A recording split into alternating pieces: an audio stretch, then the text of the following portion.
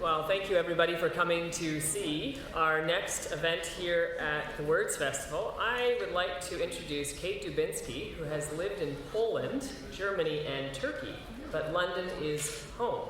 Kate is joining the CBC after working 12 years at the London Free Press, so an introduction everybody knows Kate already, covering general news, education, and digital trends. Most recently, she oversaw the paper's website, social feeds, and online coverage as the digital editor. Kate is passionate about London. She loves Victoria Park summer festivals, and I hope she loves Words Festival. We're going to be on that list too, I hope. Biking through Woodfield and creating functional art at the London Pottery Guild. I'm going to turn this over to Kate. Thank you. So I get to introduce Lisa, and Lisa is a novelist and a short story writer. She was born and lives in St. John's, Newfoundland. She studied visual arts, but ultimately became a writer. Her first collection of stories was published in 1995. Do you remember that, when it was first published? Oh, most definitely. Yes. In 2002, she published another collection called Open, which was nominated for a Giller. Her first novel was Alligator, also nominated for a Giller.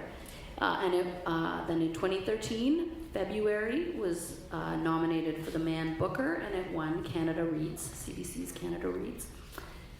Caught in 2013 was also shortlisted for the Giller, and it's now being turned into a TV show on the CBC.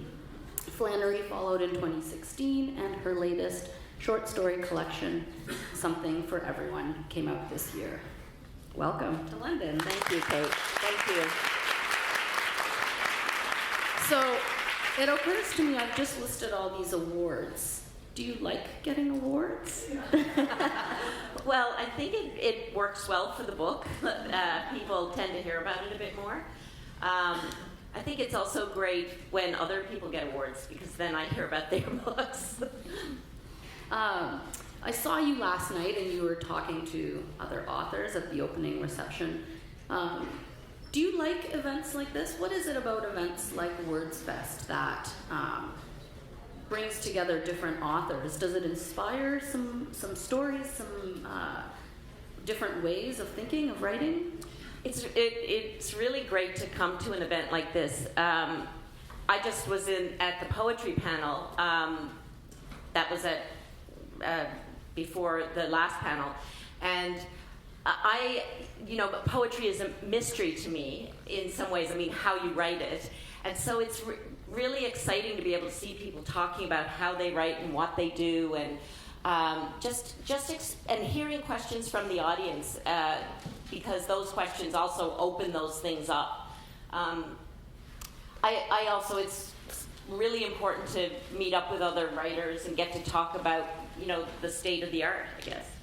And what is the state of the art in Canada? Yeah, I think the state of writing in Canada is wildly thriving. I think there are all kinds of stories where they're coming from everywhere. And I teach creative writing, and I tell my students, that there is a good chance they can publish. They can self-publish if nothing else works. And so there will be this. I can remember when I was probably in my very late teens, early 20s, and for the first time in Newfoundland, you would see books on the shelves that were from South American writers and Latin American writers and even African writers, which we had not gotten on the island, and how exciting that was, and how those voices were different, and how it was my first introduction to magic realism, and how enriching that was, and what it made me, how it blew open any ideas I had about what the imagination was and what it could do and what language can do. And so I think that kind of thing happens at a festival too. You're talking to people about what they're doing, you're buying their books, you're hearing about their books. I think it's pretty exciting. Did you have a childhood that was surrounded by books? Were you always sort of a writer as a kid? I lived in the country, and my family lived in the country, and so reading was, it was a deep, intense experience, a pleasurable experience, because there was a lot of silence all around, so when I read and conjured up whatever that story was, it was as real to me as the polyester, puffy, stitched bedspread that I had on my bed. Did you ever read under the covers? Hide from your mom? No, I didn't read under the covers. My mom was totally happy for me to read it. They did not pay attention to when. I'll read you an excerpt that you wrote in a blog in 2005. Uh-oh. That I came across earlier today. And it's you reading to your son, who was 5 at the time. Every night I read Harry Potter to Theo. Every night I say, move over. And every night he says, can I have a glass of water? I read and read and read. At a certain point, he rolls over and faces the wall, but he's still listening. I say, are you awake? He says, yes. I say, Theo, and he says, yes. I don't really need to ask. I can feel when he's fallen asleep. It's not just the deepening of his breathing, it's the absence of concentrated listening. Wow, that really brings back unexpected and beautiful memories. Yes, I read the whole entire, how many thousands of pages aloud, and it was a really powerful bond. And there was a family in Newfoundland that set up, I guess it was when the last Harry Potter was coming out. So this very fantastic mother had this party, and all the different rooms in her house had, there was a craft table where you could make the wands and the whole deal. And she had a quiz, and she had a stack of index cards about that thick, and my son was at the back of the room, and she would ask a question, and his hand would shoot up, and he would say the answer, and she'd throw it, and soon he was going so fast, the cards were flying, and I was in the back crying. We got him all right. Of course, that's so great. I'm doing that with my own daughter right now. We've just started the second book, so it spoke to me because reading to children used to be such a big deal, right? There were no movies to let them watch. You would read to them. Did you ever read non-contemporary things with your children? The older stuff? Classics? I'm trying to think. I mean, I don't know if you would call Harriet the Spy a classic, and I'm not really sure that I read that aloud. But I think that's a book that deeply formed me, and probably my daughter, who is also a writer. I think, my son has always been a very kind of full of energy, uncontainable joy bursting out of, his fingertips wherever he goes. And it was hard to hold him still. I don't know how we got through Harry Potter, but I think that was pretty much it. How did that transition go for you from going to school for visual arts to becoming a writer? Well, one of the things that I would say translates is when I was in drawing class, we would do gesture drawings, and a gesture drawing, if you don't know, we would have probably like a couple of 100 pages of newsprint and just draw very quickly from a model, and the model will change position every 30 seconds or so, and you had to get down the tension of the pose and where a muscle might ache and where where if a foot was just lightly resting to capture that gentleness of pressure. And I use diaries to do the same thing, so I will try to write very quickly all the things that I see and smell and taste, and just get them down, and because those notes end up forming the world of the characters that I write about, quite often the physical, tactile world. Do you have books and books of stories that you want to write, or how do those stories come to you? Well, when it comes to short stories, sometimes they're commissions, and I love that. I love being given it's like a test or something, go write about jealousy, and this just sparks a ton of ideas. But sometimes I think I am hit, and it really is a physical kind of guttural thing. And Mary Pratt, the Newfoundland painter who recently passed, talked about, she is a photorealist, and her work was often from the domestic sphere. She would paint, for instance, bowls of fruit, but it was so detailed and full of reflections on the glass. And she said that when she was inspired to paint something, and these paintings would take a very long time, they were very painstaking, she would feel that like in her stomach.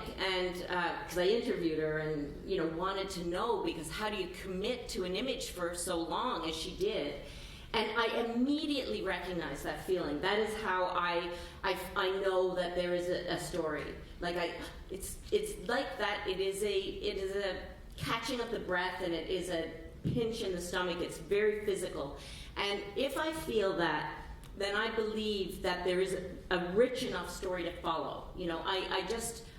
And because the writing of a story, there's lots of dead ends, and I sometimes go in the wrong direction and have to pull back in many drafts. But if I felt that, I have faith in what it is that I'm trying to catch. When you feel that, do you have to immediately go and put something down? Or can you go and wash the dishes? No, I don't think I can wash the dishes. I think I have to begin writing, and it's a gift to feel it, because then you have purpose. Like there's a reason. And often when I have one of those sensations, or what follows, it could be, if it's a short story, it could be 6 months, it could be a couple of years. If it's a novel, it might be 4 years. But I can wake up then at 5 o'clock in the morning with gotta get at it sort of thing. And when you have to pull away from it, when you do have to go and wash the dishes eventually, maybe you have a dishwasher and you don't wash her. Someone else does. I don't wash the dishes, so. But whatever it is that pulls you back into, when you have to be pulled back into sort of real life, is there a physical sensation there as well? I think it's like chasing a rat, like a dog chasing a rabbit. There's such an urgency. So I can be distracted while I'm doing the dishes. I am sure there is food crusted on quite a few of our dishes. You said you can wake up at 5 in the morning. Do you have a process? Do you have a room of your own where you have to work? Can you write anywhere? I can write anywhere, and I think that comes from having children and needing to be able to write anywhere. So I have written standing up in a lineup in the supermarket.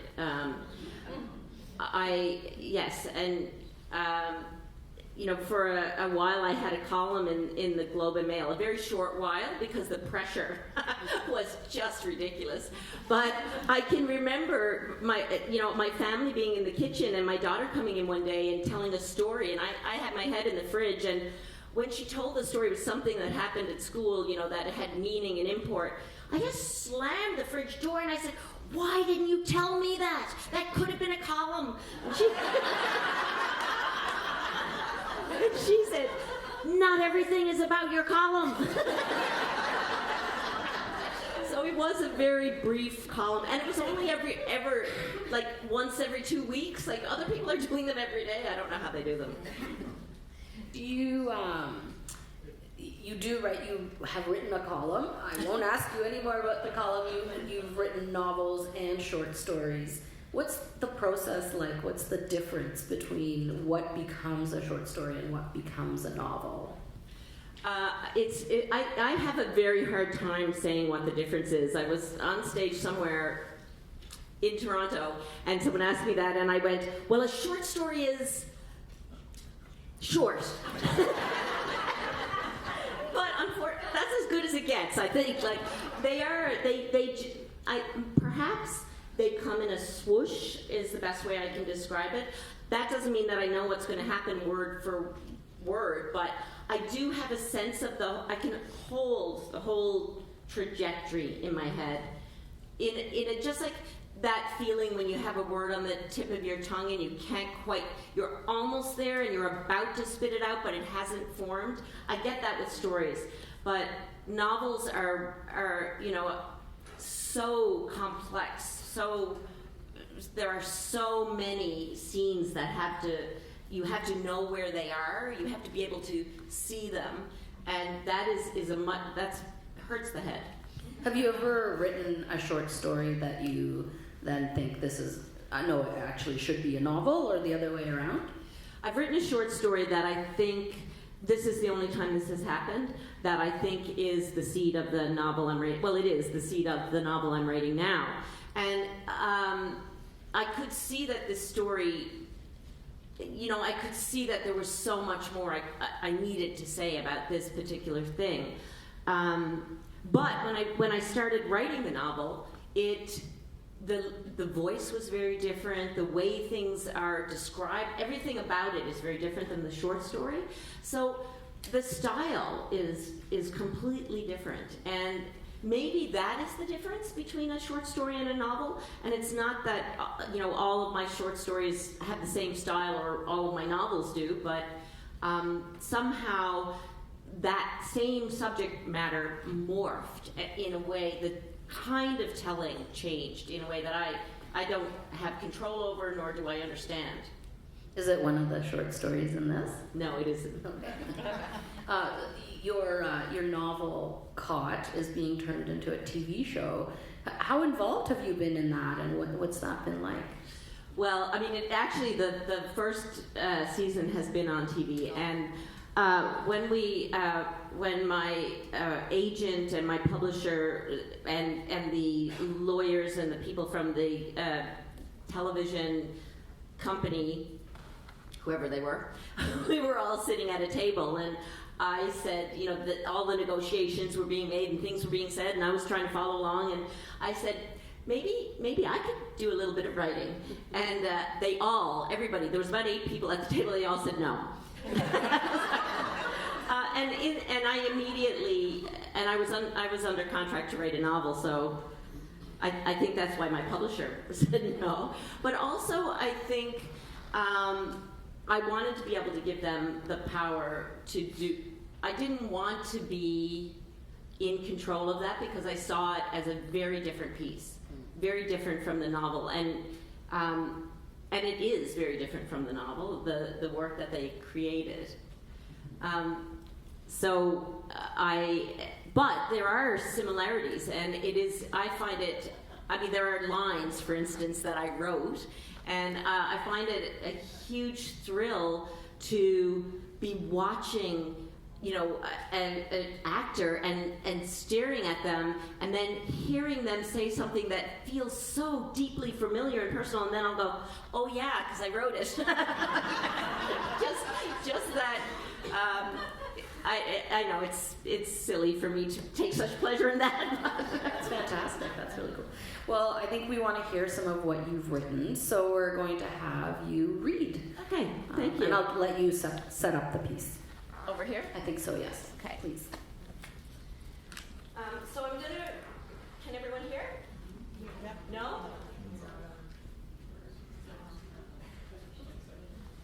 Are you sure? Okay, I'll read with the microphone. It's fine. Hang on, but I am gonna stand. It's okay. Okay. This way. So I was on a cruise that went up the coast of Newfoundland. I was a lecturer on a cruise ship of about 200 passengers, and it went up the coast of Newfoundland and Labrador, and then into Greenland, to the Fjord of Eternity, which is a fjord that actually goes on for an eternity, I believe. And it was 23 and a half hours of daylight, and it was a magnificent experience. But while I was on that cruise ship, I met a woman she was working on the cruise ship as a salesperson. She was selling cruises to, the next cruise to the people on the ship if they were interested. And we were in a Zodiac, heading out to see some polar bears, and sitting on the edge of the Zodiac, I asked her what she did before she had worked with this company, and she said she was a private investigator who investigated contestable deaths. And I said, do tell. And so, so a contestable death is when people fake their own deaths. And they do it by jumping off the side of cruise ships in the Caribbean, usually, so that they can survive. And I was very excited about this because I just knew that this would be a good short story. And so I said, oh my gosh, I'm going to have someone jump off a cruise ship here in the Arctic. And she was furious with me and said, oh my God, nobody would jump off a cruise ship in the Arctic. So I'm going to read about a section about how the files get presented to the private investigators who are going to explore these contestable deaths. I'd also met in the same year another private investigator, odd, I know, and he was also a life insurance private investigator. So if you do need to collect life insurance for some reason, like just look out your window through the blinds very carefully and see if someone is looking back in. But this is a kind of, I was shocked by this man's story because he was spying on, with a camera, a man who had developed lung cancer through asbestos poisoning because he was a mechanic who worked on the brakes of Volkswagen. And Volkswagen were very well aware that there were many cases of lung cancer because there's asbestos in the brakes of those cars. But they were sending out investigators because if this guy had smoked a cigarette, then there were extenuating circumstances for the lung cancer and they would be paying less money. It was 9 a.m. in the boardroom overlooking Spadina, and Todd slapped down the assignments, one in the Florida Keys, the other the coast of Labrador and Greenland. The coast of what? Tricia read the type on the top of her file. The Fjord of Eternity. What is this, she asked. Fucking Tolkien? Day-o, me say day-o, Jimmy sang. He was doing a little hula dance, holding one elbow and swinging his index finger, the index finger of his other hand in circles like he had a flower necklace on there. Florida's not fucking Hawaii, Jimmy. It's a guy dying of asbestos, you dolt. Eyes like chocolate pudding, Jimmy had. What he'd said when he met Tricia's girlfriend? I'm available when you gals want to take it to the next level. He made fists low near his waist and wrenched them back and forth while jutting his hips twice to the left, twice to the right, mock wincing with each, you know it, anus pulse, and repeating, oh yeah, and then a few lines of Lover Boys, Turn Me Loose. Now he cornered a file that required going to the Key West, camping out at the Holiday Inn, and in the morning driving to the burbs to watch a guy coughing up blood while he put out the garbage. Tricia could conjure the whole scene. Why, here's the guy now, coming around the corner of his modest bungalow, and he has to rest, arm out straight, hand planted on the side of his house while he is trying to hold it up. In the other hand, a bag of garbage. He's a few days from suffocating on his own phlegm, and he's still putting out the garbage. The guy's a mechanic, spent 20 years repairing brakes on Volkswagens in an unventilated garage, and he's been breathing airborne asbestos and coughing up big clots of lung tissue.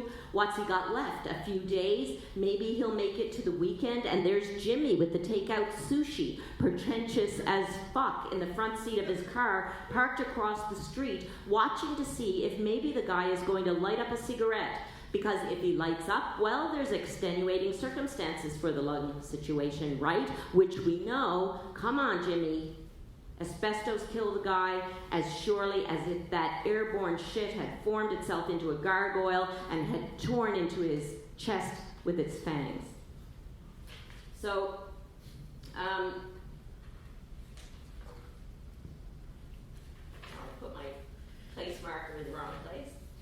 But Trisha is actually going after a guy who is a rock musician.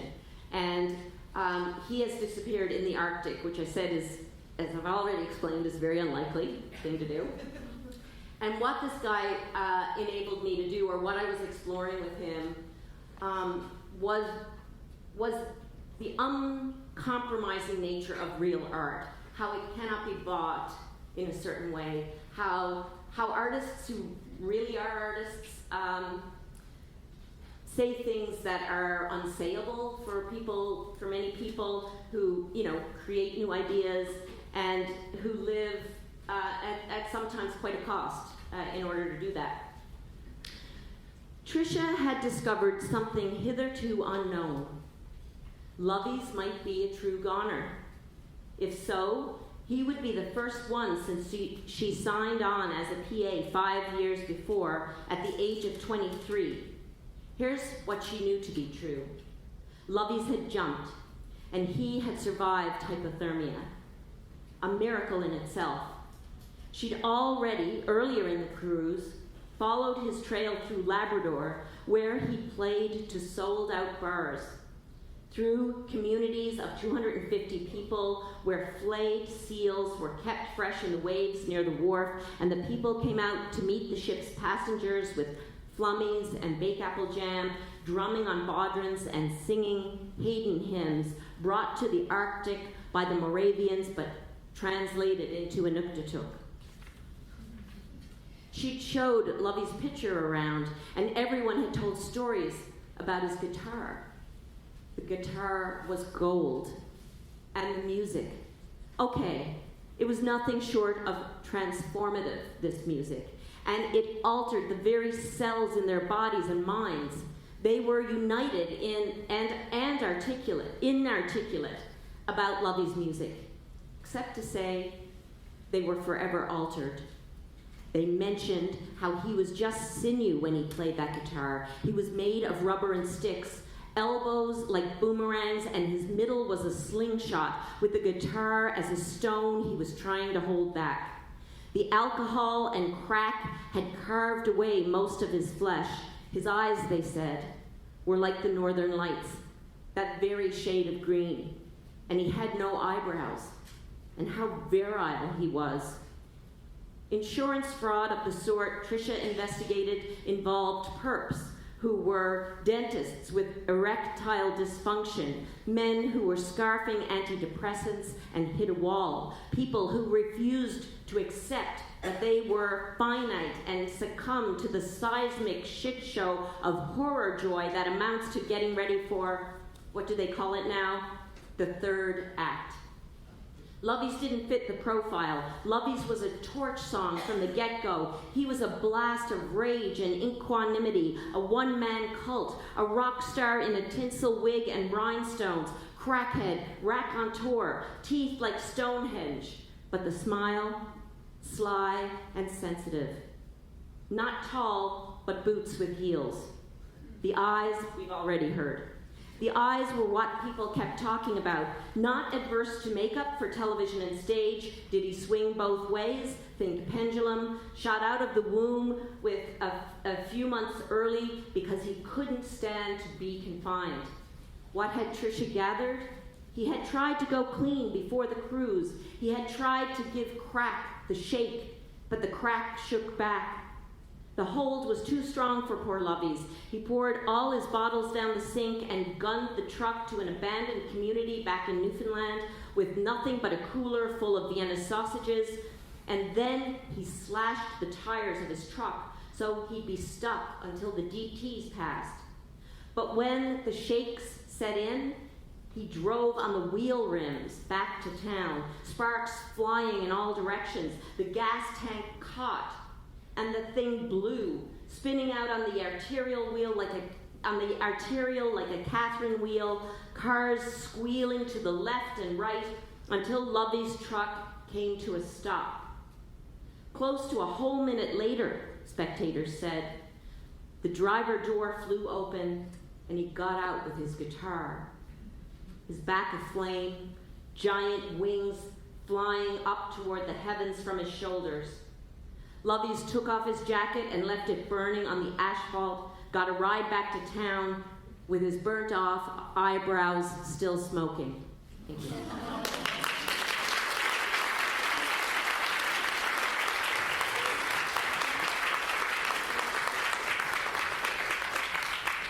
So good. Have you ever known anyone like Lovey's? Yes, I have. Do you want to tell us more about him? No. Okay. I'll sneak around that question and say he is every artist who, and I don't mean that artists have to be, crackheads or alcoholics, certainly not. But I do think that there is, a profound level of commitment to people who make work that changes their lives. I once was at a dinner party with a surgeon, and she was complaining about that she didn't get paid enough money, and she was saying, I work overtime, and I said foolishly, I know what you mean, like I don't get paid enough either, and I'm working overtime all the time, I'm working day and night. And she said, and she was truly shocked, she said, but I save lives. And I said, yeah, and who wants to live without music and books and paintings and films? And I truly believe that is true. Like I think that artists, in all its different iterations, it gives us, it makes us human. And I'm talking about everything. All of it, the stuff that we hear on our car radio.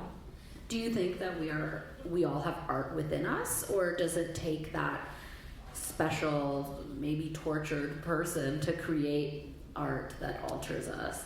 No, I don't mean tortured. I mean committed. Committed to following it through, because there's also a tremendous amount of joy in making art, and I do think everybody has it in them, and I think that everybody has a story to tell. The comedian, playwright Andy Jones in Newfoundland, brother of Kathy Jones from This Hour Has 22 Minutes, and just a genius storyteller, has suggested that everybody should be conscripted, as in the military, and brought to City Hall and put in a cubicle and made to write their life story, and then they all should be cataloged, and and why not? In fact, we're locking the doors right now. Why the title, Something for Everyone? I think, the real story is that my publisher has done this with every one of my books. She calls me up and says, what's the title? I need a list of possible titles by tomorrow morning. And so then she calls for the list. And so I've been struggling, and I'll start reading through the list, and she'll go, that's it. When I get to number 3, and I'll go, wait, I'm not committed to that. And she'll know, that's it, we're going with that, and off she goes.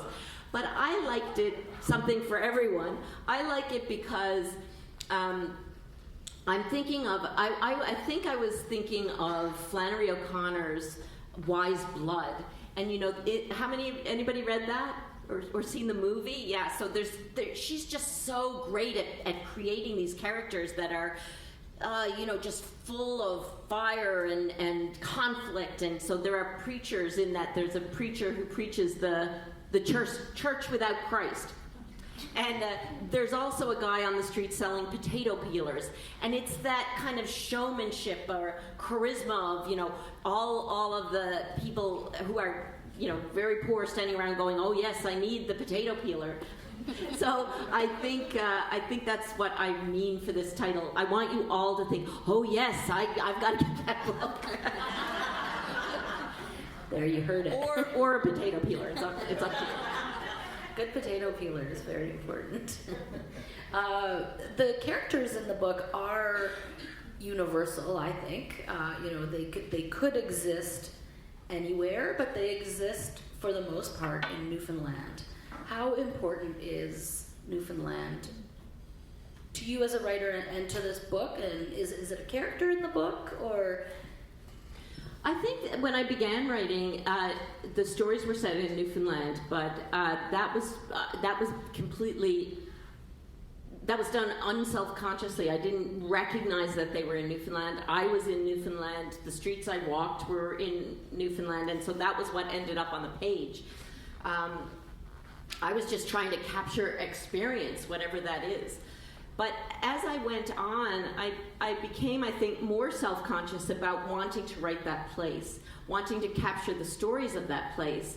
And again, I guess it was because it's so much a part of my body and who I am and the blood that's running through me and just how I experience life. But I don't, it's not that I think that you have to write where you're from, because I think, well, I was interviewing the poet Karen Soley. I won't pretend this is my insight, it was hers, but I asked her if her poems were about place. And she said, you know, place is a very complicated idea now. People are from places that they don't want to write about, or, you know, they're moving, and what does place is changing for many, many people. We're living in an age where we're seeing so many people forced out of the places where they're from and coming to new places, and places a difficult and fraught situation for so many people on the globe. So it's not that I think that that has to be a part of literature. It just happens to have been a part of what I have written so far. It's interesting because it's Newfoundland, and it's Newfoundland at a particular time, right? There are people who are, have had jobs in Fort Mac and now have had to come back, right? Or they've been laid off. How does that play into your characters? That Newfoundland at this time, or whenever you were writing this? Yeah, I think, I wanted to have because so many Newfoundlanders were caught in that fire in Fort Mac. And in fact, in the university I teach in, a woman who works in that, on the hallway I'm on, her daughter was in that fire and driving through that fire. And I kind of burst into her office and said, I want to capture that fire. Do you think I could talk to your daughter? Here are my times when I'm available. Would she be available?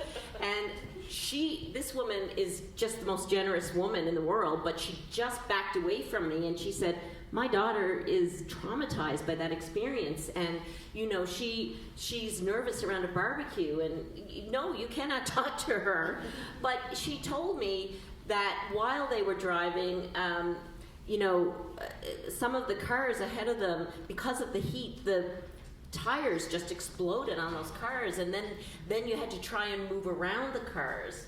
And this is a woman who is just on the other side of the wall of my office, and that that detail was so set up such a terror in me that I became aware in a way I hadn't been of all the social and political pressure, like a piece of coal on the lives of people who are flying back and forth to Fort Mac all the time, and what we're doing to the environment. I mean, there's so many layers, but it's in such close proximity to me. Like, it's on the corridor where I work. It's the people who live next door to me in row housing. It's so that's where it comes from.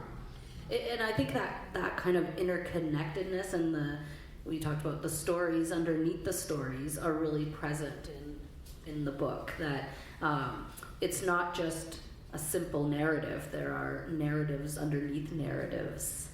There are kind of layers within layers, I guess, and I think that's because that's the way we live that's the way we experience our lives. Even walking down the street, we're visited by, I think, hundreds of memories that we might not even, by the time we get to the drugstore and buy our stockings or whatever it is we're buying, we may have forgotten them all. But those experiences of, that are involuntarily, those memories that come to us involuntarily as we live out our days and work and do all that stuff, are the fabric of who we are and how we're living. In Love with the Intensity I'm talking about, the narrator says that intense love isn't possible beyond age 20. Well, that's not me. No? That was my question, is do you believe that? Is the love that you have now as intense with, your husband or your, yeah. Whoa. You said nothing was off limits. Yeah, no, I would say the love, he would kill me for saying anything about the love I have with my husband, but I would say it is, we're coming on our 30th anniversary, and I would say it is way more intense than when we started. It's deep and rich, and yeah, it's amazing. That's you can call him up and see. It's my feeling. So this book is really, in Newfoundland we are in a financial crisis that could end up with leaving us bankrupt because of a hydroelectric dam that we somehow built that has put us in such debt that it really does seem possible that we could go bankrupt. And that is a horrific. In 1933, we lost our sovereignty and the right to vote when we were ruled by a commission of government. So, the British came over and said, you guys, you don't know what you're doing, we'll make all the decisions. And the situation that we find ourselves in at the moment is so frightening. So this book really deals with many different layers of society feeling the crunch of that austerity. So from sex workers on the street to the story you're talking about, which is, what's the name of it? Love with the intensity I'm talking about. So the narrator of that story is actually a hedge fund guy, who is operating with portfolios of millions of dollars that he's, and clients who are incredibly rich industrialists. And so he, for me, that narrator, is very unself-aware. It's just the way I've written him. And in fact, I would say sexist. And I fought my way through that story because it was hard to create that kind of character. But, along with austerity, financial austerity, you see all kinds of meannesses coming. And but also the opposite. You see powerful pulling together. You see resistance. You see people banding together to take care of each other. So he interacts with a woman named Gloria, who I won't spoil what Gloria does, but I like Gloria. And but here's what he says about Gloria. So Gloria is older, and she's had a bit of a wild youth, and now she works with this guy. But he says about Gloria, the women of a certain age aren't with men out of kindness anymore. They will not accommodate, though there was plenty of that years before. This sort of woman hits 60 and she begins to say what she thinks. Tact evaporates. She is often the life of the party. What I see in that woman, Gloria, is a hormonally led craving for honesty, for finally admitting in public exactly what she wants, not wheedling, needy, or shrill. Well, so maybe... Do we have to be 60 to reach that? Well, no, because there's a whole generation coming up younger than me who completely cast out all kinds of gender stereotypes and who refuse to identify with those roles and who are, not necessarily operating out of rage, but are not afraid of rage, but they're just refusing to be nice in that way that some women my age anyway have been taught, to be polite. To be polite is the most important. I don't really think it is, but I think women are often taught that being polite is very important. And, being compassionate is important, but it is also important to speak up when things are not fair. And sometimes that doesn't sound very polite. So I think we wanted to take some questions, and we have 7 minutes left. So that hand shot up first, and then I'll come. I'm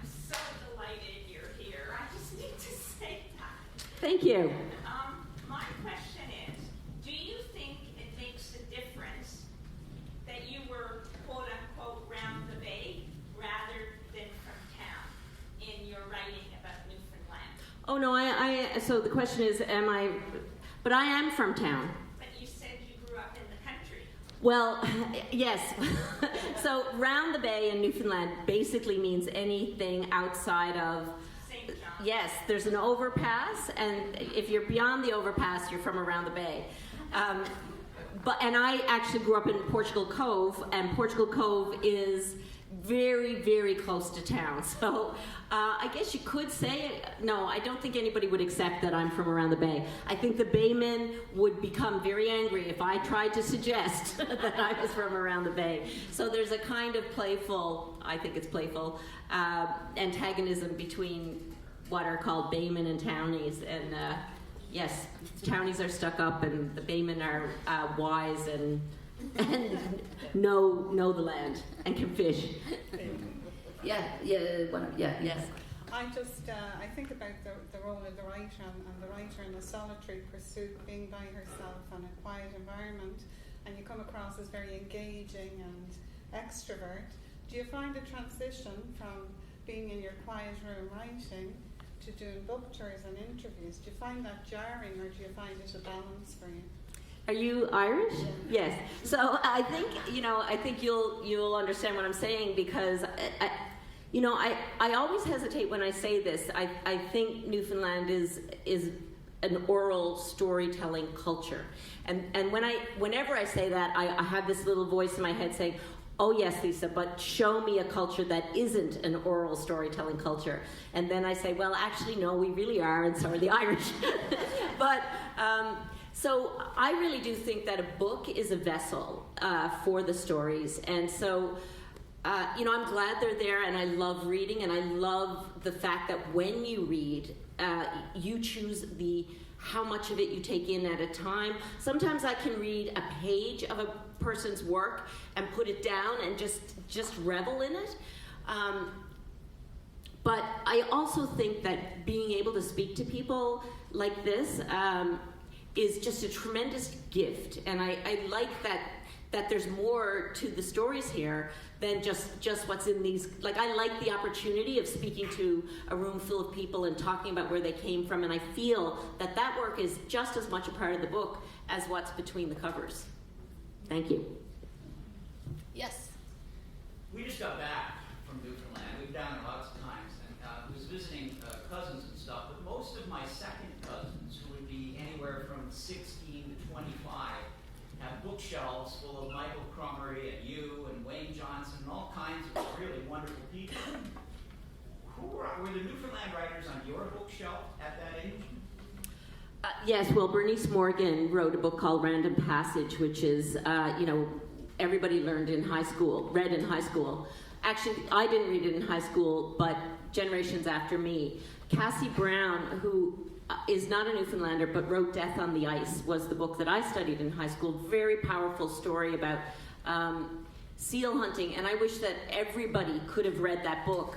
When I went to Toronto in my 20s and felt there was a tremendous prejudice against Newfoundlanders at that time in the rest of Canada, and people would say Newfie jokes to your face, the N-word, and if people could have read that book, they would have understood so much about what was at stake in the seal hunt, and is still at stake, particularly for Indigenous people.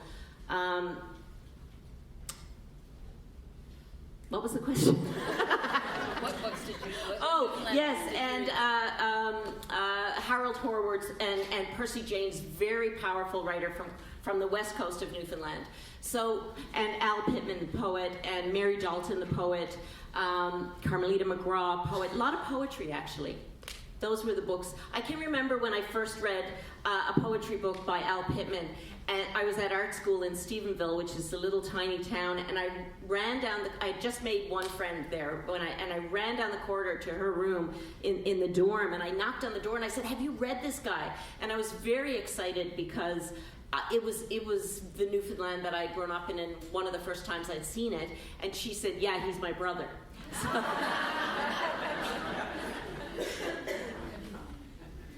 Yes, in the back. Come From Away was one of those really amazing pieces in theater, as well as The Kitchen Party, which is very representational of the amount of humanism inside Newfoundland. And my friend and I have been there and found them so funny. And I was recently at an exhibit that was showing the digitized world, where they were talking about a post-humanist kind of idea. And I'm wondering what your take is as an author, and from Newfoundland. Do you think that humanism is lost, or are we still there? Humanism, by humanism, do you mean?